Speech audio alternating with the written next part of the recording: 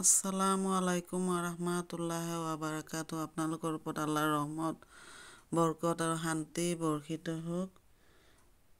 আউযু বিল্লাহি মিনাশ শাইতানিৰ ৰাজিম। খেদা খোৱা শয়তানৰ ফুচলনিৰ পৰা আল্লাহ তুমি আমাক ৰক্ষা কৰা। পৰম কৰুণাময় পৰম দয়ালু আল্লাহ তাআলাৰ নামত আৰম্ভ কৰোঁ। বিস্মিল্লাহিৰ ৰহমানিৰ ৰহিম। পৰম কৰুণাময় পৰম দয়ালু আল্লাহ তাআলাৰ নামত আৰম্ভ কৰোঁ।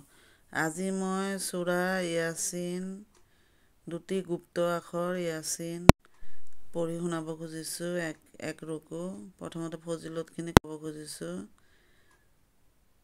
1 নম্বৰ ফজিলত হৈছে আমাৰ বিশ্বনবী সাল্লাল্লাহু আলাইহি ওয়াসাল্লাম কৈছে যে সূৰা ইয়াছিন এবাৰ তিলাৱত কৰিলে 10 বাৰ কোৰাণ খতম দিয়াৰ সৱাব লাভ কৰিব।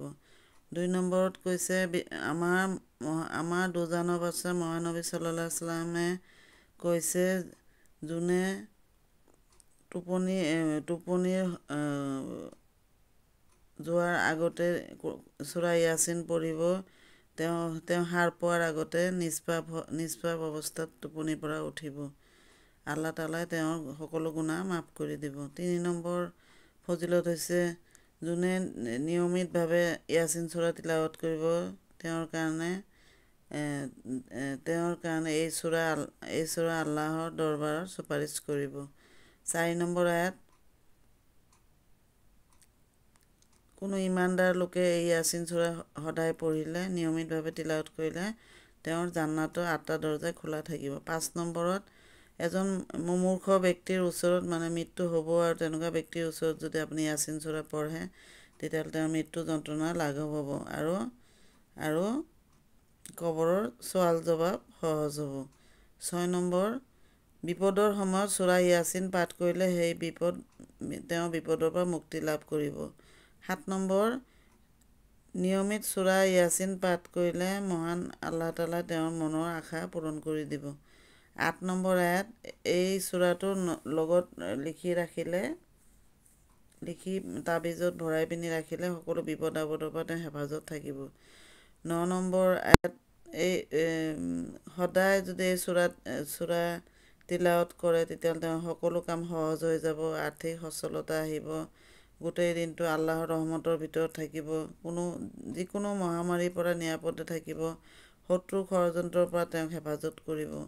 10 নম্বৰ ফজিলত, এই ইয়াছিন সূৰা তিলাৱত কৰিলে আল্লাহে জালিমৰ জুলুমৰ পৰা হেফাজত কৰিব। আমাৰ মহানবী সাল্লাল্লাহু আলাইহি ওয়াসাল্লাম কৈছে যে প্ৰতিটো বস্তুৰে কালব থাকে, দিল থাকে, আৰু সূৰা ইয়াছিন হ'ল গোটেই কোৰাণৰ দিল, দিলটোৱে আচল বস্তু আৰু আচল। এতিয়া মই ইয়াছিন সূৰা পঢ়িবলৈ আৰম্ভ কৰিছোঁ। অসমীয়া ভাঙনি 1 নম্বৰ ৰুকু। 1 নম্বৰ ৰুকু মই পঢ়ি আছোঁ। সূৰা নম্বৰ 36, মুঠ আয়াত 83, মক্কাত অৱতীৰ্ণ, মুঠ ৰুকু 5। 1 নম্বৰ ৰুকু। 1 নম্বৰ আয়াত, ইয়াছিন দুটি গুপ্ত আখৰ। 2 নম্বৰ, জ্ঞানগৰ্ভ কোৰাণৰ শপত। 3 নম্বৰ, নিশ্চয় তুমি ৰচুলসকলৰ এজন। 4 নম্বৰ, আৰু তুমি নিৰ্ভুল সঠিক পথত আছা। 5 নম্বৰ, এই কোৰাণখন প্ৰবল পৰাক্ৰমী পৰম কৰুণাময় মহান সত্তাই অৱতীৰ্ণ কৰা পুথি। 6 নম্বৰ, ইয়াৰ দ্বাৰা যাতে তুমি এনে এটা জাতিক সতৰ্ক কৰি দিব পাৰা যিবিলাকৰ পিতৃপুৰুষবিলাকক সতৰ্ক কৰি দিয়া হোৱা নাছিল, ফলত সিহঁত সত্যৰ প্ৰতি আওকণীয়া হৈ আছে। 7 নম্বৰ আয়াত, শাস্তি দিয়াৰ সিদ্ধান্তৰ সত্যতা সিহঁতে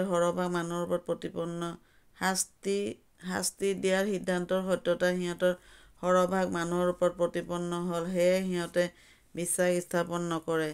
8 নম্বৰ আয়াত, মই সিহঁতৰ ডিঙিত থুঁতৰিলৈকে লোৰ গলাবান মেৰিয়াই দিলোঁ, এইবাবে সিহঁতে ওপৰ মূৰ কৰি থিয় হৈ আছে। 9 নম্বৰ আয়াত, মই সিহঁতৰ আগফালে আৰু পিছফালে একোটাকৈ প্ৰতিবন্ধক স্থাপন কৰি দিলোঁ আৰু সিহঁতক মই আৱৰি দিলোঁ, এতিয়া সিহঁতে একো বুজি নাপায়। 10 নম্বৰ আয়াত, তুমি সিহঁতক সতৰ্ক কৰা বা নকৰা একে কথা, সিহঁতে বিশ্বাস নকৰে। 11 নম্বৰ আয়াত, তুমি কেৱল সেইসকলকহে সতৰ্ক কৰি দিব পাৰা যিসকলে উপদেশ মানি চলে আৰু নেদেখাকৈয়ে দয়াময় আল্লাহক ভয় কৰে, তেওঁলোকক ক্ষমা আৰু সন্মানজনক পুৰস্কাৰৰ সুসংবাদ দিয়া। সুবহানাল্লাহ।